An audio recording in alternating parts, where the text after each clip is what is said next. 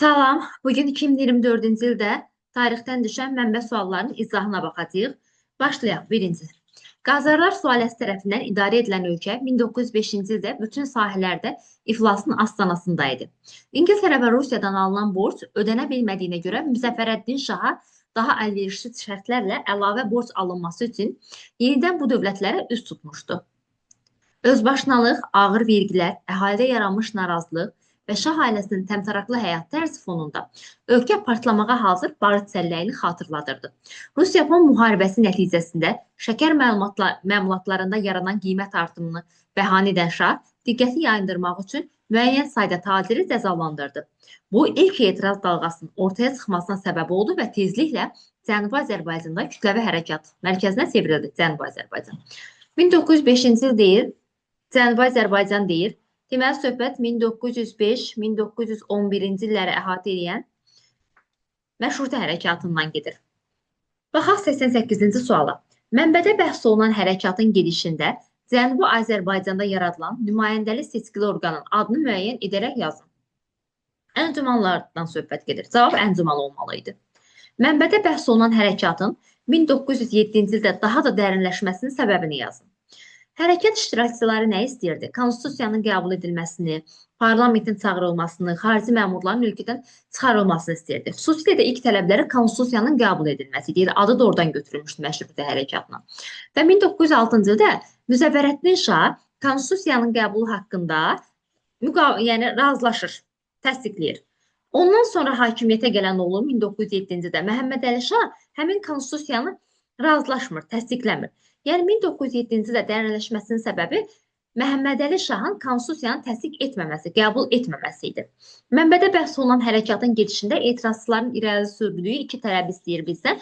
Qeyd etdiyim kimi konstitusiyanın qəbulu, parlamentin çağırılması, eyni zamanda xarici məmurların ölkədən qovulması.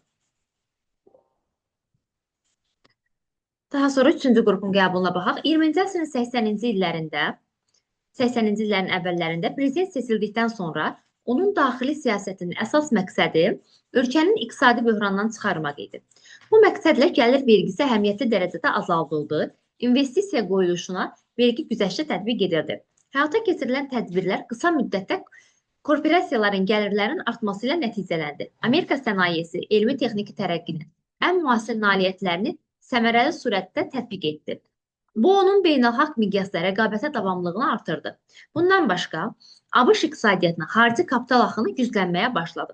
Mənbədə baxırıq, 80-ci illərin əvvəllərində kimdisə islahatlar həyata keçirib. Təbii ki, 80-ci illərdə islahatlar həyata keçirən ABŞ prezidenti Reagan idi. İndi bizdən nə istəyir? Mənbədə bəhs olunan ABŞ prezidentinin irəli sürdüyü tədbirlər proqramının necə adlandığını yazın. Reaganomic adlandırdı. Mənbədə bəhs olunan ABŞ prezidentinin iqtisadi siyasətindən, Franklin Roosevelt'in iqtisadi siyasətindən mənbədə verilməmiş fərqli cəhətini yazın. Onsuz da mənbədə nə yazıbdı? Baxaq. Mənbədə yalnız iki xüsusiyyət yazıb. Verginin azaldılmasını yazıbdı və deməli, vergi güzəştlərini yazıbdı. Biz Franklin Roosevelt'dən fərqli xüsusiyyətini nəzərə almalıyıq, yazmalıyıq. Franklin Roosevelt'in hakimiyyəti dövründə iqtisadiyyata dövlətin müdaxiləsi var idi. Özdə bu müdaxilə geniş şəkildə idi. Hətta həmin dövrdə Konstitusiya Məhkəməsinin hakimləri buna etiraz etmişdi. Amma Reaganın dövründə dövlətin iqtisadiyyata müdaxiləsi azaldılmışdı. Və dövlətin iqtisadiyyata müdaxiləsi azaldılırsa, azad sahibkarlığın inkişafına da imkan yaranacaq. Elə bu iki fərqli cəhəti, hətta bir fərqli cəhət istəyib, bir dənə fərqli cəhət, yəni dövlətin iqtisadiyyata nəzarətinin azaldılmasını qeyd edə bilərik. Mənbədə bəhs edilən ABŞ prezidentinin xarici siyasətinə aid iki tədbiri yazın. Reaganın xarici siyasətinə aid iki tədbiri yazacağıq. Antikomünist ruhun güclənməsini yaza bilərik. Ümumiyyətlə, Mərkəzi Asiyada, SSR-də SSR-yə qarşı antikomünizm siyasətini dəstəkləyirdi. Bundan başqa, eyni zamanda həmin dövrlərdə yaxın və orta mənzilli nüvə silahlarının azaldılması, ləğvi ilə bağlı görüşlər keçirilmişdi.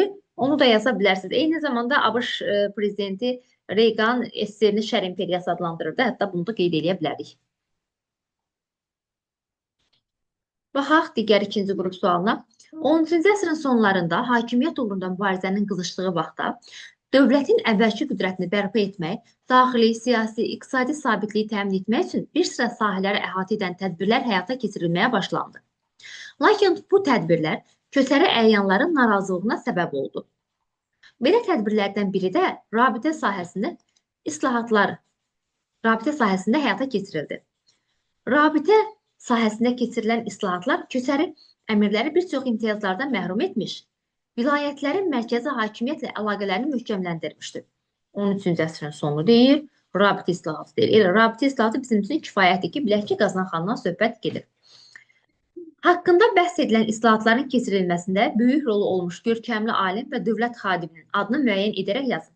Baxın, yazmır hansı hökmdar. Deyib, kim idi ona köməklik edən, yəni o dövlət xadimi? Fəzullah Rəşidəddindən söhbət gedir. Köçəri əmirlərin haqqında bəhs edilən tədbirə qarşı çıxmalarının mənbədə verilməyən səbəbini qeyd edin. Onsuz da səbəb yazmayıbdır nəyə görədir. Bir dənə səbəbi var idi ki, Qazanxan yerli feodalları müdafiə edirdi, yerli feodalları himayə edirdi. Bu da köçərilərin ona qarşı çıxmasına səbəb olmuşdu. 90-cı sual. Mənbədə bəhs edilən islahatlardan rabitə sahəsində tətbiq edilən 2 qadağanı müəyyən edin. Rabitə sahəsində tətbiq edilən qadağa nə idi? Birinci, elçilərin əhalinin evində gecələməsi qadağan edilmişdi. Yəni, gəlib onların evində qalmırdılar, artıq icazə yox idi. İkincisi isə əhalidən qeyri-qanuni əlavə vəsaitlərin yığılması qadağan edilmişdi. Baxaq 3-cü qrup suallarına.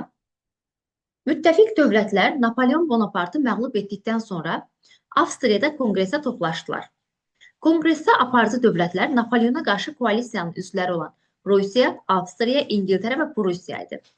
Konqresin qərarlarına əsasən yeni dünya nizamı müəyyənləşdirildi. İştirakçı dövlətlər bir sıra güzəşt və üstünlüklər əldə etdilər. Konqresin qərarları Avropada uzun müddətli sabitliyin qorunub saxlanılmasına hesablanmışdır. Napoleon Bonapartın məğlub edilməsindən sonra çağırılan konqresi istəyir bizdən. Viyana konqresindən söhbət gedir. Mənbədə bəhs edilən konqresin qərarlarına əsasən Böyük Britaniyanın hakimiyyəti altına keçmiş ərazilərdən birinin adını deyin. Yəni, üçün də deyək, Malta, Ceylon, Afrikanın cənubu Böyük Britaniyaya verilmişdir.